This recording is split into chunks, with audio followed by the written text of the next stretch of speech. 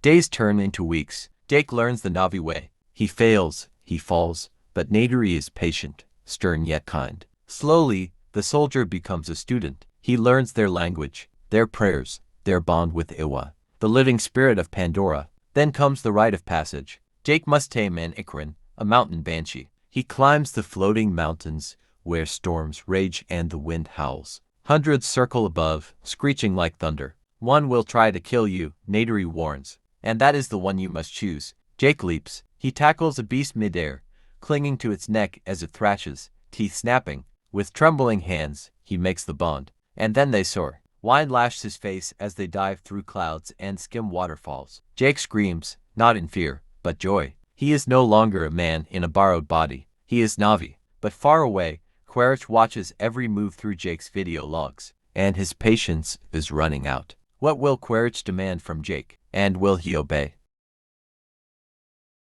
Jake's heart beats with the rhythm of Pandora. He learns to see, not with eyes, but with the soul. Naderi is his guide, his voice in the wind, his strength. Slowly, something grows between them, unspoken, undeniable. One night, under the tree of voices, the forest glows like starlight.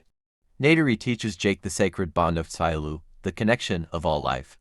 Their hands meet, their spirits intertwine. Words fade. In the hush of the forest, they choose each other.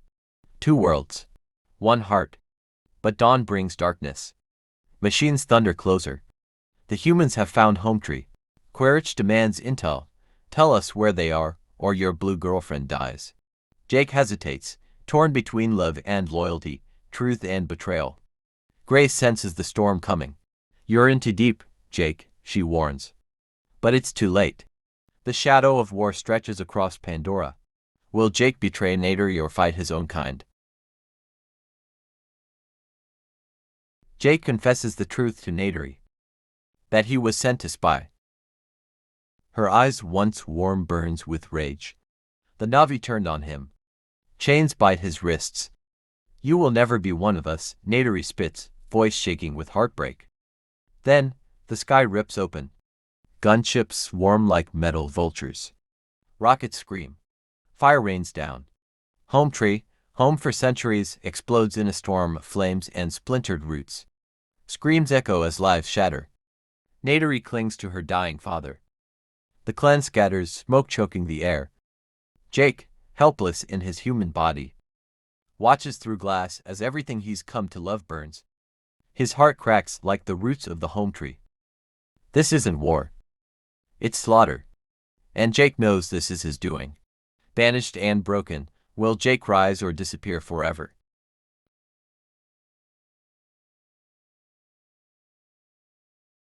Jake is nothing now, not human nor Na'vi, but guilt is a fire burning within him, and fire forges a resolve. He ventures back to the majestic Hallelujah, mountains in search of the unattainable, the enigmatic Torek, the last shadow, the most formidable predator of the skies, known only to a few, and even fewer dare to face it. The last Na'vi before Jake makes their move is a man who has nothing left to lose, coming down from the cloud-ridden skies. He swings with his powerful wings, slicing through the air. Jake leaps from his fleet-footed Ikrin, gripping tightly onto the beast's neck as it lashes wildly in the air. As they soar through the sky, the Na'vi are captivated by their journey. With the help of his newfound companion, Jake rises as a leader and a warrior revitalized. But an evil enemy lurks, preparing to unleash his final, devastating blow. The Eye of Ewa is the centerpiece of this plan.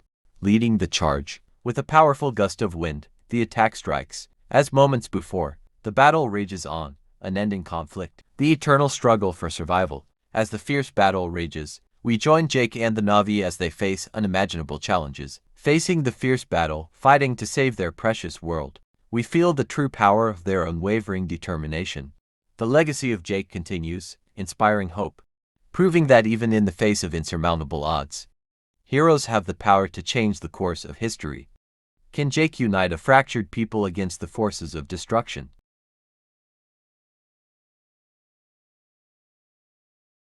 From the skies, a shadow sweeps over Pandora. It is no cloud, no storm. It is Torek, the great Leonopteryx, its wings vast enough to blot out the sun. Upon its back rides Jake Sully, the man who once came as an outsider, now returning as Torek Makto, a legend reborn. Below, the Na'vi stare in stunned silence. Fear gives way to awe, and awe blossoms into something deeper. Hope. The warriors bowed their heads, their hearts stirred by the sight of the rider, who carries both the weight of prophecy and the scars of betrayal. Naderi steps forward, her breath trembling. The rift between them has been carved by loss and mistrust. But in this moment, words are not needed. She lays her hand gently on his chest as a gesture of forgiveness, of trust renewed, and of love unspoken. Jake speaks to the people. His voice cuts through the air like thunder. The Sky People are coming for the Tree of Souls. If they win, everything you love, every ancestor, every breath of this land dies. Fight with me, for Pandora, for Ewa.